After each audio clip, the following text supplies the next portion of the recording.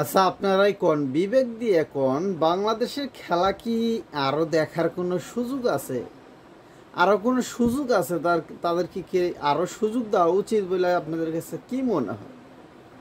আজকে পাপন কাকু দেখতাছিলাম এক জায়গায় বক্তব্য দিচ্ছিল যে আমাদের সোনার ছেলেরা এর আগে কি সুপার এইটে উঠতে পারছে না? পারে নাই এইবার উঠছে।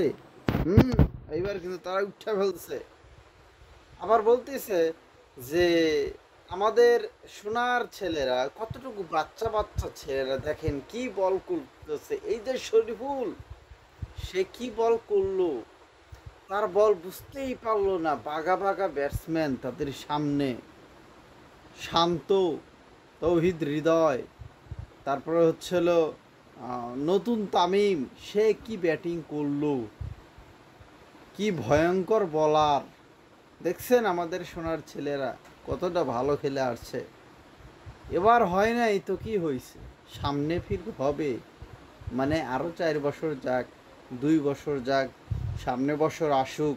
মানে এই যে নাটকগুলা, এই কথাগুলো শুনতে শুনতে শুনতে কানের ময়লা পর্যন্ত মনে করেন যে বিরক্ত হয়ে গেছে, এগুলো পরিষ্কার হয়ে গেছে। এখন এই কথাগুলা শুনলে ডাইরেক্ট মাথায় গিয়া ব্রেনটে গিয়া হিট করে, আর তাতেই অনেকেই পাগল হয়ে যায়। মানে হাড্ডি চাড্ডি যা আছে সব লড়ায় ফেলায়, বুঝছেন?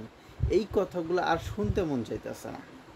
এই কথাগুলো ছোটোবেলা থেকে শুনে আসতেছি। এ বছর না পরের বছর, এখন না পরে হবে। এ বছর ট্রাই করলাম, সামনে ফিরকে আরও ট্রাই করব। এখন তার মতে হচ্ছে এই বছর আমরা ওই সুপার এইটে উঠছি, পরের বছর আমরা সেমিফাইনাল খেলবো। আমাদের বিসিবি পাপন কাকু মানে তিনি এইরকমভাবেই বক্তব্য দিচ্ছিলেন। আমি বলতে চাই, পাপন কাকু আফগানিস্তান কয়দিন ধরে খেলে, তাদের খেলাগুলো দেখছেন? আপনাদের তো হাজার হাজার কোটি কোটি টাকা আছে, তাহলে আপনারা কি করলেন? এই টাকাগুলা আপনারা কি করলেন একটু কইবেন? যাই হোক, সে কথা বাদই দিলাম। এখন বাংলাদেশ দেশে আসুক, তাদের বাড়ি আসার জন্য খুব ব্যস্ততা হয়ে গেছে, এবং সামনে আবার খেলা আছে এই আফগানিস্তানের সাথে। দেখা যাবে তখন তারা কি করবে। মানে কি বলে, সোনার ছেলেরা, বাচ্চা ছেলে তো ওয়ার্ল্ড কাপ খেলতে গেছে, ওরা বলে বাচ্চা। এটা একটা কথা বিসিবি পাপন কাকু কইছে আজকে।